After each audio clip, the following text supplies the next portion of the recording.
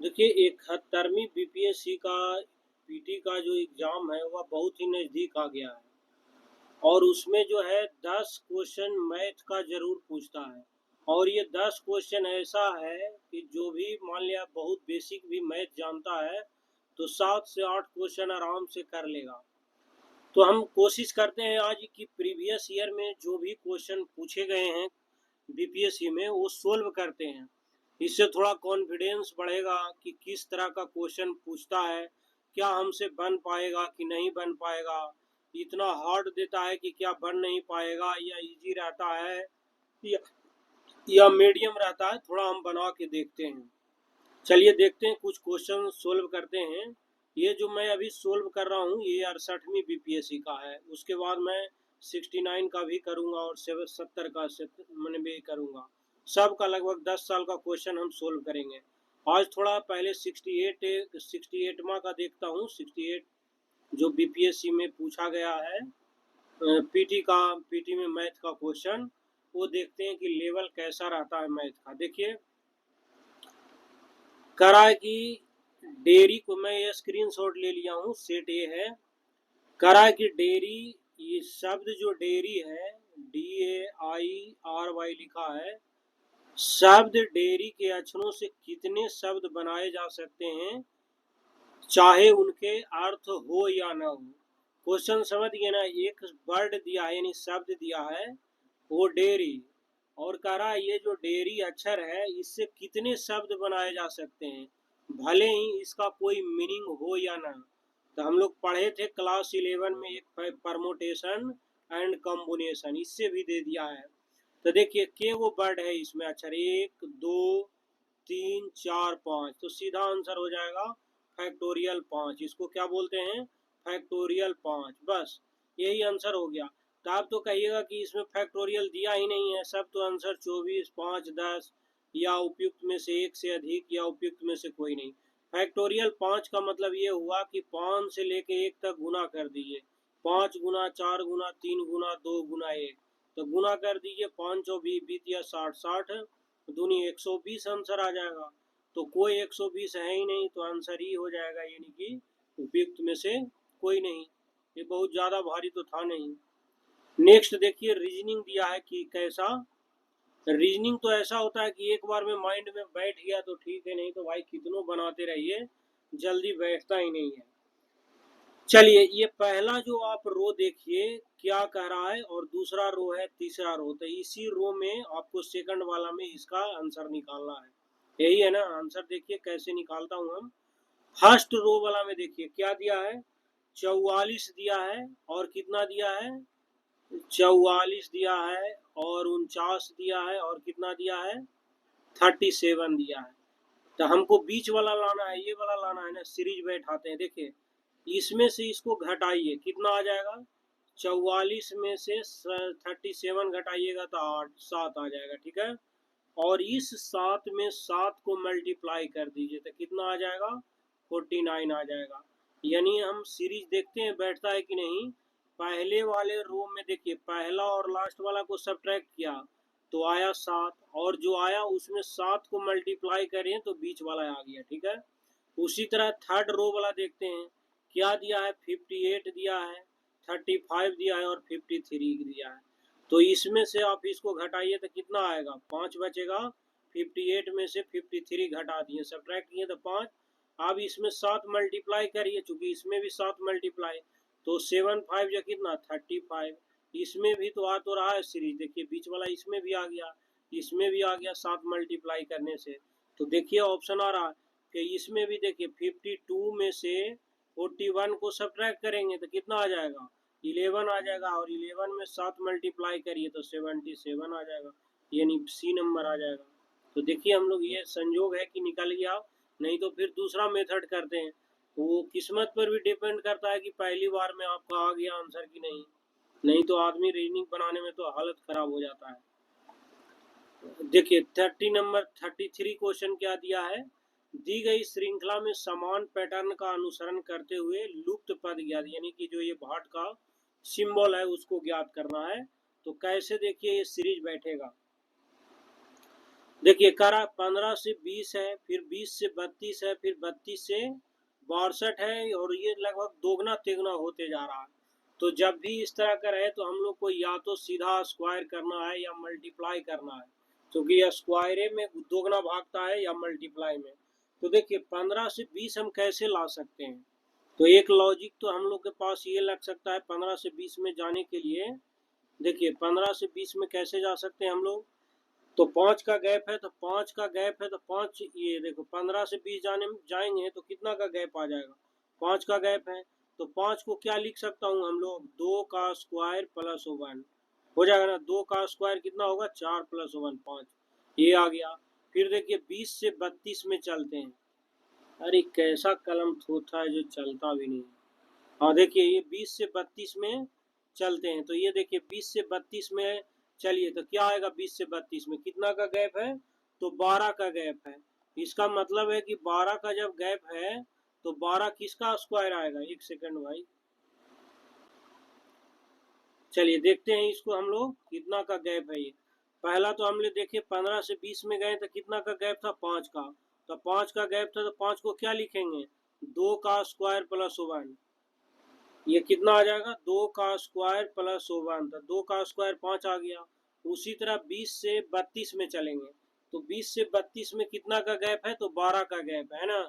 ये 20 से आप 32 में जाइए तो 12 का गैप है। तो 12 को आप कैसे लिखिएगा, 12 को आप लिख सकते हैं 3 का स्क्वायर प्लस 3 लिख सकते हैं, ठीक है। उसी तरह फिर 32 से 62 में आप जाइए तो कितना का गैप है 32 से 62 में, तो 32 से 62 में आपका लगभग 30 दूनी 60 यानी 30 का गैप।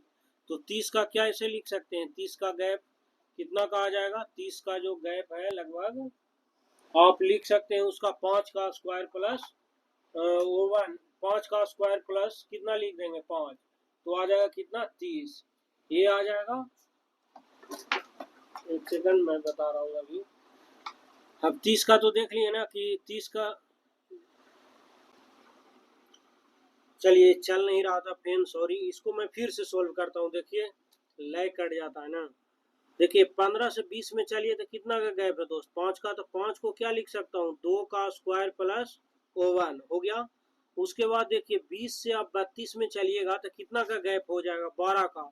तो 12 को आप स्क्वायर लिख सकते हैं, 3 का स्क्वायर प्लस 3 हो गया। उसी तरह 32 से 62 में चलिए तो कितना का गैप आ जाएगा, लगभग 30 का गैप आ जाएगा। तो 30 का क्या लिख सकते हैं, 5 का स्क्वायर प्लस 5 हो गया ना। उसी तरह से 62 से आप 118 में जाइएगा तो कितना का गैप आ जाएगा, तो लगभग 56 का गैप आ जाएगा। 56 को क्या लिख सकते हैं, 7 का स्क्वायर प्लस 7 लिख देते हैं, 7 49 और 7 कितना आ जाएगा 56। उसके बाद देखिए 118 से आप 148 248 में जाइएगा तो 130 का गैप आ रहा है। तो 130 को क्या आप लिख सकते हैं, 11 का स्क्वायर प्लस 11 9। तब देखिए बढ़ रहा ना, यहाँ पर 1, उसके बाद 3 5 7 9, तो अगला कितना ऐड होगा 11। स्क्वायर यहाँ 2 का स्क्वायर, फिर 3 का स्क्वायर, फिर 5 का स्क्वायर, फिर 7 का, फिर कितना का स्क्वायर लिया 11 का, तो अगला कितना का स्क्वायर आ जाएगा 13 का स्क्वायर। 13 का स्क्वायर 169, उसमें 11 ऐड कर दीजिएगा तो कितना आ जाएगा 180। तो अगला जो आएगा आंसर कितना आ जाएगा 180 आ जाएगा ना। तो 180 आ जाएगा, ये मैंने गैप आएगा 180 के, समझ गए ना। यहाँ जो आएगा नीचे वाला में 180, तो उसमें 180 में दो ये कितना ऐड कर देंगे, ये 248, तो कितना आ जाएगा 248 और 180, तो लगभग जो आंसर आएगा आपका 428 आ जाएगा। तो इसमें जो आंसर होगा ये हो जाएगा। इस तरह से इसका सीरीज बैठ गया। चलिए नेक्स्ट देखते हैं क्या है, और क्वेश्चन दिया है इसमें, ये है 34 नंबर है। क्या है 34 नंबर, देखिए कराए यदि किसी कूट भाषा में फास्टर को दिया है ना, FASTER, फास्टर को क्या लिखा है, तो 3 को 22 दिया है, 29 दिया है, 21 दिया है और 23 दिया है, 19 ये लिखा गया है। और तो कह रहा मॉन्क, मॉन्क को क्या लिखा है, तो मॉन्क को लिखा है 15 16 14 और 12। तो हमसे पूछा है गाइड का, गाइड का क्या होगा, जो देखिए कैसे करते हैं। जो सबसे पहले देखिए एफ, एफ का उल्टा होता है यू, यू का कितने नंबर पर आता है 21, 21 में एक जोड़िए तो कितना आ जाएगा 22 आएगा, तो पहला नंबर 22 ये आ गया। पहला अक्षर उलट के वन जोड़ रहे हैं, दूसरा उलटना नहीं है, ये है वन, इसमें वन जोड़िए तो टू आ गया, ये आ गया अगला। उसी तरह फिर एस क्या है, उल्टेंगे इसको, तो जो एस है एस का अपोजिट क्या होता है एच, एस का अपोजिट कितना होता है एच, एच कितने नंबर पर आता है 8 नंबर, उसमें एक जोड़िए तो 9 आ जाएगा। उसके तरह फिर अगला टी को नहीं उलटना है, टी का कितना आता है 20, 20 में एक जोड़िए तो 21। फिर ई है तो ई का अपोजिट क्या होता है भी, भी कितने नंबर पर 22, 22 में एक जोड़िए तो 23, समझ गए ना। उसी तरह आर है तो आर को उलटना नहीं, आर कितने 18 पर, 18 में एक जोड़ी होना है, यानी पहला अक्षर को उलटना ना है। तो एम का अपोजिट क्या है एन है, एन है तो एन कितने नंबर पर आता है 14, 14 में एक जोड़ी है तो 15। ओ कितने नंबर पर आता है 15 नंबर, 15 में एक जोड़ी है 16।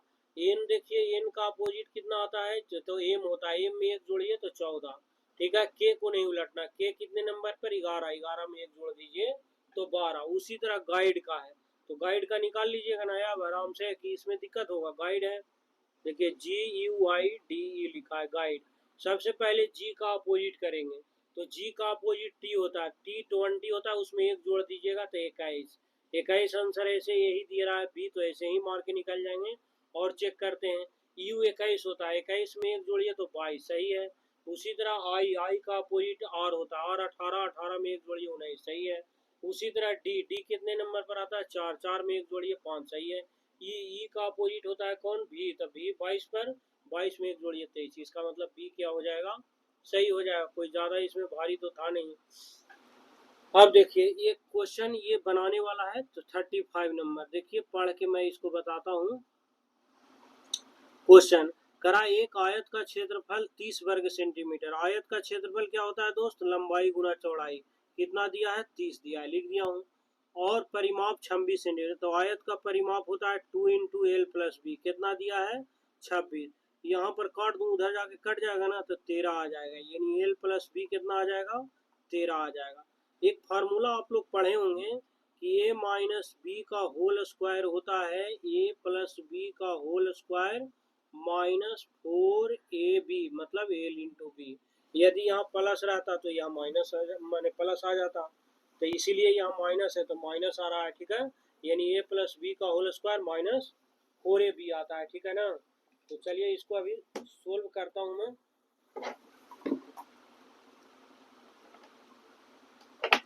चलिए देखिए यहाँ वैल्यू डाल दीजिए, एल प्लस बी कितना निकला 13, तो 13 का स्क्वायर कर दीजिए -4 इंटू एल इंटू बी कितना था यहाँ दिया था ना 30, यही आंसर हो गया।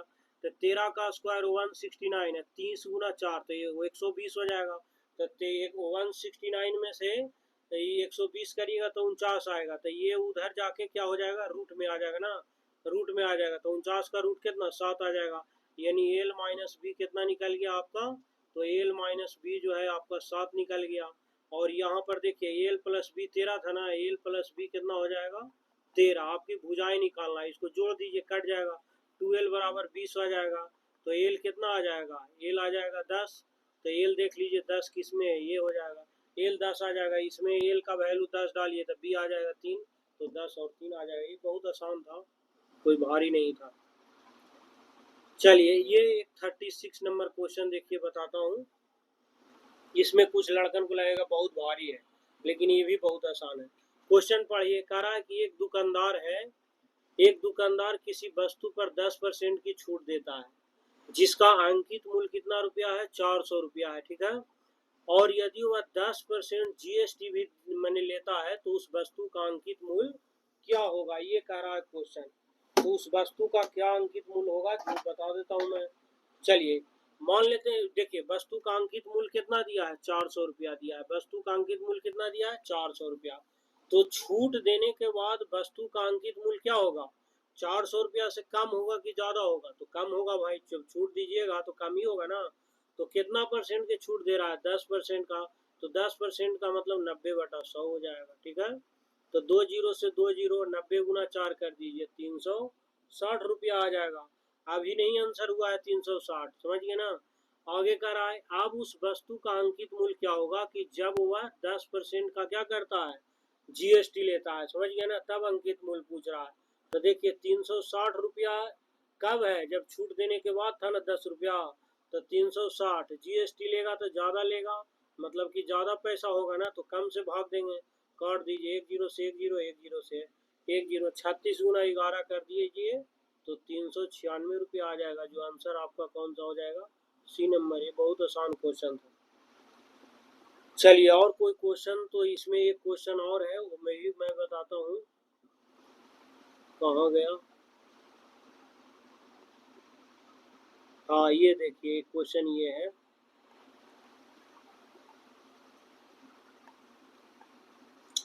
करा कि ये क्वेश्चन क्या है, करा रेशमा अपनी संपत्ति का 1/4 एक धर्मार्थ संगठन को दान कर देती है, मतलब देती है, और जो बच जाती है संपत्ति अपने 3 बच्चों में बराबर बांटती है। प्रत्येक बच्चों को मिलने वाली संपत्ति का भाग बताना है। तो देखिए रेशमा की संपत्ति कितना है हमको नहीं पता, तो मान लिया x है। अब रेशमा द्वारा जो संगठन है उसको दिया गया संपत्ति कितना हो जाएगा, x/4 हो जाएगा ना, क्योंकि 1/4 दान कर रही है। तो बचेगा क्या, पहले मान लिया x है, उसमें से 1/4 दान कर दिया, तो घटा दीजिए इसमें से, तो बच जाएगा कितना, 3x/4 बचेगा, इतना ही बचेगा ना। अब ये जो 3x/4 है उसका 1/3 कह रहा है अपने बच्चों को मैंने देगा ये, तो काट दीजिए तो कितना आ जाएगा, 1/4, मतलब 3x/4 है ना, उसका 1/4, तो कितना हो जाएगा, x/4 हो जाएगा। अब कह रहा है कुल संपत्ति का कितना है ये, तो 1/4 है, तो यही आंसर हो जाएगा आपका, बी नंबर सही हो जाएगा। ठीक है, समझिए ना, यही आसान था, कोई भारी तो था नहीं। तो ये आज हम लोग जो 68वीं जो 68वां बीपीएससी था उसमें जो मैथ का और रीजनिंग का कुछ क्वेश्चन पूछे गए थे वो हम लोग डिस्कस कर लिए। नेक्स्ट वीडियो में अगले साल का फिर डिस्कशन हम लोग करेंगे।